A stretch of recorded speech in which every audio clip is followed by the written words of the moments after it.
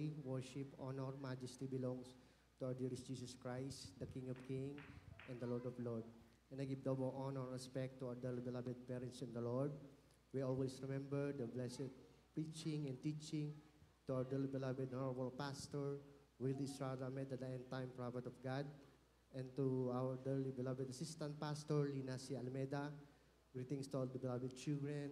A pleasant good evening to all beloved worker, beloved visitor, beloved preacher. A pleasant good evening po sa inyo lahat.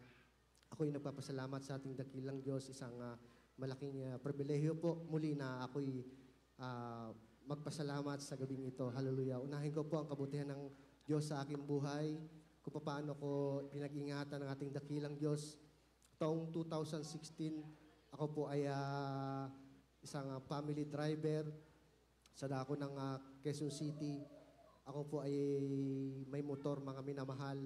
Nung ako po ay papasok na sa aking trabaho, that was December 2016, mga minamahal, binabaybay ko po yung kahabaan ng Banawi. Sa di na inaasahang pangyayari sa may intersection po ng Mauban, may kapwa ko motor na nasa harapan ko po na hindi po siya nag-signal ng left turn. Around 5 o'clock in the morning, ng mga time na yon, medyo madilim pa po. Hallelujah. Hindi ko po nakita yung motor na yon na nasa unahan. Nung ako po ay sasalpok sa kanya, alam niyo mga minamahal, bigla ko pong kinabig sa kanan. Pagkabig ko sa kanan, yung kaliwang manobela tumama po dun sa may GB box na motor. Ako po ay tumilapon. Sa aking pagtilapon, nauna po yung likod ko tumama sa semento, sanhi po ng pagkabalik ko sa spinal cord. Doon po sa may intersection po, doon po ako tumilapon. Sa dinaasahan, mga minamahal, may paparating po na Pajero. Siya po ay nag-full stop. Pag full stop niya po doon sa may intersection, hindi niya po alam na may tao doon. Ako po ay pumailalim. Sa aking pag-ilalim, alam niyo mga minamahal, yung ulo ko po kumalso doon sa gulong ng Pajero. Akala ko noong mga time na yon, katapusan ko na, subalit totoo ang Diyos na ating pinaglilingkuran. Yes, Kapag tunay na anak ka, ikay pag-iingatan sa lahat ng bagay. Naalala ko po mga minamahal, ang preaching na mahal na pastor, na sa oras ng kagubitan, sumigaw ka lang ng hallelujah, praise the Lord. Hallelujah, praise the Lord. Ikay pag-iingatan ng ating dakilang Diyos. Nung nasa ilalim na po ko, mga minamahal, talagang yung ulo ko kumalsod sa gulong. Yung helmet, mga minamahal, salamat sa ating dakilang Diyos, yung helmet yun yung sumuporta sa ulo ko. Hindi po siya nabasag, mga minamahal. Amen. Hallelujah. Hallelujah. Noong mga time na yun, talagang umiiyak ako sa ating dakilang Diyos. In a few seconds po, mga minamahal, umatras po yung Pajero. Pag atras po ng Pajero, bumaba po yung driver. Pagbaba niya, pumunta po siya sa may harapan. Hindi niya inaasahan na may tao doon. Nagulat siya. Sabi niya, Brad, pasensya ka na, hindi kita nakita. Akala ko may malaking kumakalso sa gulong ko. Na bato, hindi niya alam, mga minamahal, ulo ko na pala na kumakalso doon sa gulong. Kaya napakabuti ng ating pinakamamahal na Panginoon. Nandiyan ang pag-iingat niya, mga minamahal. After that, mga minamahal, pinilit kong lumuhod. Bagamat may tama na po ako sa spinal cord, pinilit kong lumuhod. Tinaas ko ang aking dalawang kamay. Ako'y nagpasalamat sa ating dakilang Diyos. Sabi ko, mahal na Panginoon, maraming salamat, mahal na Panginoon. Maraming salamat, mahal na Panginoon. At pagkatapos doon, mga minamahal, dinala na po ako sa orthopedic. At doon po isinuri ang aking spinal cord. In-x-ray po ang aking balakang, in-x-ray po ang aking kanang balikat sapagkat tinamaan din po yan ng gulong. Yung likod ko po talagang hindi na x-ray po yan. Yung balakang ko lang po, nung makita yung x-ray, yung result, negative naman po, wala pong bali. Yes, Ako po, praise the mga Lord. minamahal, akala ko po okay na po ang lahat. Dahil wala nga pong fracture ang aking likod. Akala ko ng mga time na yun. Ako po yung umuwi, sa aking pag-uwi, kinaumagahan, mga minamahal, hindi na po ako makabangon sa sobrang sakit ng aking likod, ng aking katawan. Tumawag po ang aking amo, sabi niya, Mario, subukan mo magpa-x-ray dyan yung spinal cord mo, yung likod mo, ipa-x-ray mo yan baka may tama yan. Ako po ay nagpa-x-ray malapit sa amin, mga minamahal. Nung ma-x-ray po, nakita po lumbar to compression fracture sa madaling silita. May tama po ang aking spinal cord. Kaya hindi po ako makalakad, hindi po ako makatayo. Pinabalik ako sa orthopedic at ako naman po ay bumalik. Pagbalik ko doon, in-MRI ako, nakita po ng doktor doon. Talagang bali po ang aking spinal cord. Sabi sa akin ng doktor, humanda ka Mario ng 200,000, baka ikaw ay aking ooperahan. Bilang tao, mga minamahal, nandun po talaga yung takot ko dahil napakahirap po na maoperahan sa spinal cord. Salamat sa ating dakilang Diyos at pinaisip sa akin ng mahal na Panginoon na ako po ay mag-ayuno. Sa aking pag-ayuno, mga minamahal, nandun ang kalakasan, bagamat masakit ang aking katawan, nandun ang kalakasan na pinagkakaloob ng ating dakilang Diyos. Yes, At pagkatapos kong mag-ayuno, mga minamahal, ako po ay muling pumunta sa orthopedic upang makita muli ang lagay ng aking spinal cord. At kung wala pa rin, kung bali pa rin, tuloy na po kong ang maoperahan. Subalit anong himala ng ating dakilang Diyos nung ako ay may x-ray muli, nakita po mga minamahal, negative na po mga minamahal, na wala na praise po the yung Lord. fracture, hindi na po ako Yes, natuloy amen, maoperahan. hallelujah. Kaya napakabuti ng ating dakilang Diyos, yan po ay aking Right, pinasasalamatan. Sa ngayon po mga minamahal, nakaagalaw na po ako ng normal, nakakatakbo, nakakabuhat, hallelujah. Kaya napakabuti ng ating dakilang Diyos. Amen. Praise the Salamat Lord. sa mahal na Yes, Panginoon at amen, yun po ang paraan niya upang mailapit, makakilala din ang aking bilapit mama sapagkat siya po ay masakit sa puso, may high blood, may hypertension, may maintenance po siyang gamot. Lifetime niyo pang iinumin yan mga minamahal. Lagi ko po siyang hinahayuan, sinishare ng kabutihan ng ating dakilang Diyos. Amen. Praise Subalit, the Lord. binabaliwala niya.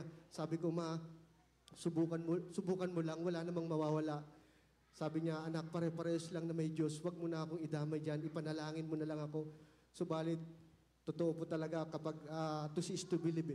Kung may nakita kang himala, doon ka naniniwala, sa sanlibutan po yun, mga minamahal. Salamat at sa paraan po yun, mga minamahal, sa himala ng ating dakilang Diyos, kung paano ko pinag-ingatan, kung paano ko naghimala ang mahal na Panginoon sa aking buhay. Siya po ay namangha, mga minamahal, dito sa ating gawain. Siya po ay sumama sa akin, Yes, amen. sa ating banal na gawain. Siya po ay nagpabautismo sa tubig sa pangalan ng ating pinakamamahal na Panginoon. Ang himala po, mga minamahal, lahat ng kanyang sakit, pinagaling ng ating dakilang Diyos. Hindi na po praise siya the Lord. hinihingal. Pati yung pagiging chain smoker niya within 40 years, inalis na rin po ng ating dakilang Diyos at mainit na rin po siya naglilingkod sa ating pinakamamahal na Panginoon sa dako ng Muntalban. Amen. Hallelujah, purihin ang ating dakilang Diyos. At ganun din mga minamahal, sa kasalukuyan po, ako po ay nagta-taxi driver. Alam niyo po, hindi ko po talaga maiwasan na ihayag ko ang kabutihan ng ating pinakamamahal na Panginoon. Lagi po ako may baon na leaflets. Kada may pasahero po talaga ako, sinishare ko po yan ang kabutihan ng ating dakilang Diyos. Hindi ko po yan kinahiya, mga minamahal.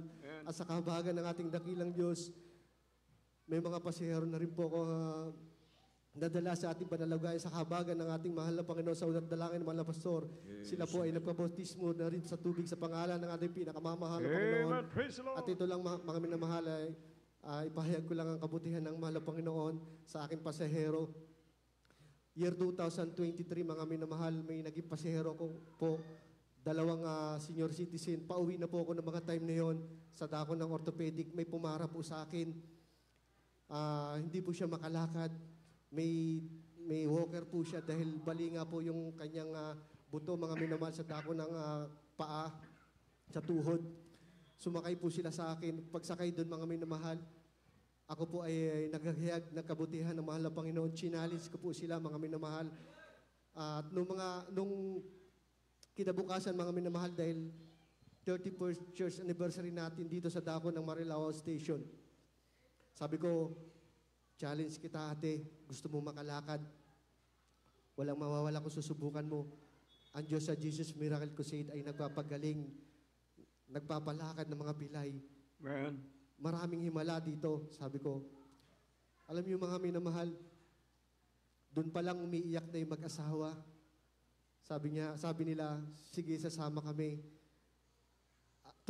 Kinabukasan, mga minamahal, Sila po ay aking sinundo sa kabagan ng mahal na Panginoon. Alam niyo mga minamahal, pagpasok pa lang dyan sa gate, tumutulo na ang kanilang mga luha. Amen. Hallelujah. Umiiyak sila mga minamahal. Hanggang matapos, una pa lang, kalagitnaan hanggang matapos, tumutulo ang kanilang mga luha. Hallelujah. Ongoing ang ating service. Yung mag-asawa nagpabautismo sa tubig sa pangalan ng ating pinakamamahal na Panginoon. Ang himala mga minamahal, yung ating beloved sister, after baptism, yung walker na daldala niya, itinaas siya, pinalakad ng ating dakilang Diyos. Yes, praise the Salamat Lord. sa mahal na Panginoon. Hanggang ngayon sila'y mainit naglilingkod sa ating pinakamamahal na Panginoon. Maraming Praise the Lord. nakasaksi Hallelujah. noong mga time na yan. Hallelujah. Mga minamahal, isinuko ang dalawang sakong Diyos-Diyosan na unawaan nila na ang Diyos ay Espiritu na dapat sambahin sa Espiritu at katotohanan. Hallelujah. Kaya Right. purihin natin Hallelujah. dakilang Diyos. Ganon din mga minamahal, dumating ako sa matinding pagsubok. Last year po, ako po ay nagkaroon ng financial problem dahil napakahirap po talaga ng biyahe. Hallelujah. Alam ko, God will provide. Hallelujah. Hindi ko po ininda yung aking financial problem. Ako patuloy na naghahayo sa aking pasahero. Hindi ko alam yung pasahero ko pala na balikbayan ay isang Trinitarian. Yung asawa niya isang pastor sa dako ng USA. Ako po ay nagpatotoo, hallelujah. Siya po ay natuwa mga minamahal, hallelujah. Maya-maya inopen niya na kanyang beloved kuya pala ay isang drug user na kulong ng 1 taon sa dako ng Malabon. Ako po ay nagpatotoo sa kanya na dati rin po akong drug addict, binago ng mahal na Panginoon. Amen. Sabi ko, ate, gusto mo sharean ko yung kuya mo. May tamang panahon upang tawagin din niya ng mahal na Panginoon. Natuwa po siya mga minamahal. Nung pagdating namin sa Nabotas, hallelujah, nung magbabayad na po siya mga minamahal, umabot ng 400 plus yung babayaran niya sa meter. Alam niyo mga minamahal, hindi 400 po ang binigay niya, kundi sobre. Hindi, makapal po talaga mga minamahal, pero hindi ko po binilang. Nilagay ko po doon sa taxi ko. Tapos, kinuha ko yung Bible tsaka yung leaflets para hayuhan po yung buong pamilya niya. At sa kabagan ng mahal na Panginoon sa dalangin mahal na pastor, ako po ay nagpatotoo sa kanila. Alam niyo po, buong pamilya tumanggap sa ating pinakamamahal Amen. na Praise the Panginoon. Lord. Hallelujah. At ako, nung pauwi na po ako upang magpaalam sa kanila mga minamahal, tininan ko po yung sobre. Hallelujah. Nung tiningnan ko po yung laman, alam niyo mga minamahal, napakabuti talaga ng mahal ng Panginoon. 10,000 po yung laman ng sobre. Amen. Hallelujah. Yes, amen. Yung problema Hallelujah. pinansyal ko, nilutas ng ating pinakamamahal na Panginoon. Alam po na mahal na Panginoon ang pangangailangan ng kanyang mga anak. Kaya purihin ang Amen. ating pinakamamahal na Hallelujah. Panginoon. Nakilala ko mahal na Panginoon way back 2014 dahil sa aking karamdamang depression, insomnia, anxiety, nervous breakdown, nagpapanik attack na po ako ng mga time na yun. No choice na po talagang walang kapayapaan sa puso at isipan. Hallelujah. Salamat sa ating dakilang Diyos. May dalawa pong member ng Jesus Miracle Crusade na sharean po ako ng Word of God. Ako po ay tumalima. Dumalo po ako sa dako ng Amoranto. At after ng gawain, ako po ay nagpabautismo sa tubig sa pangalan ng ating pinakamamahal na Panginoon. Amen. Lahat ng aking karamdaman, unti-unting pinagaling ng ating pinakamamahal na Panginoon. Ako po ay nagpatuloy sa aking pagpapatuloy. Lahat ng aking mga bisyo, droga, babae, alak, sugal, sigarilyo, inalis ng ating dakilang Diyos. 10 years na po nakakalipas, patuloy na pinanghawakan ng ating dakilang Diyos. At ito lamang pong 1 month ago mga minamahal, may kapitbahay po ako na meron po siyang anting-anting. Hindi po siya tinatabla ng bala. Mainitin ng ulo, maraming kaaway sa amin. Lagi nagmumura, palamura ho siya. Talagang walang kapayapaan sa puso't isipan, maraming kaaway. Nung tindadaan ko, ako kasi nakikita ko siya, binahagian ko po siya ng salita ng ating dakilang Diyos. Salamat at nakinig po siya. Sabi ko, Tay, yan yung anting-anting mo ay may hangganan. Dito sa Jesus Miracle Crusade International Ministry, ang kapangyarihan ng Diyos dito ay walang hanggan. Subukan mong dumalo, magbabago buhay mo, magkakaroon ka ng kapayapaan sa puso't isipan. Alam niyo mga minamahal, isang buwan na po siya. Siya po ay nagpabautismo sa tubig sa pangalan nating dakilang Diyos. Yung bigat-bigat na nararamdaman niya, inalis ng ating dakilang Diyos. Nagkaroon siya ng kapayapaan sa puso't isipan. Yung pinsan niya na tinutukan siya ng baril, nagkaayos po sila, nagkabati sila mga minamahal. Hallelujah. At nagsusuot na rin po siya ng kabanalan. Wala po siyang absent hanggang ngayon mga minamahal. Kaya napakabuti ng ating pinakamamahal na Panginoon. Hallelujah. Salamat sa lahat ng pagpapalang material, physical, higit sa lahat sa spiritual. Kaya po lahat ng kapurihan, pasasalamat, pagdadakila ay sa ating pinakamamahal na Panginoong Kristo po lamang.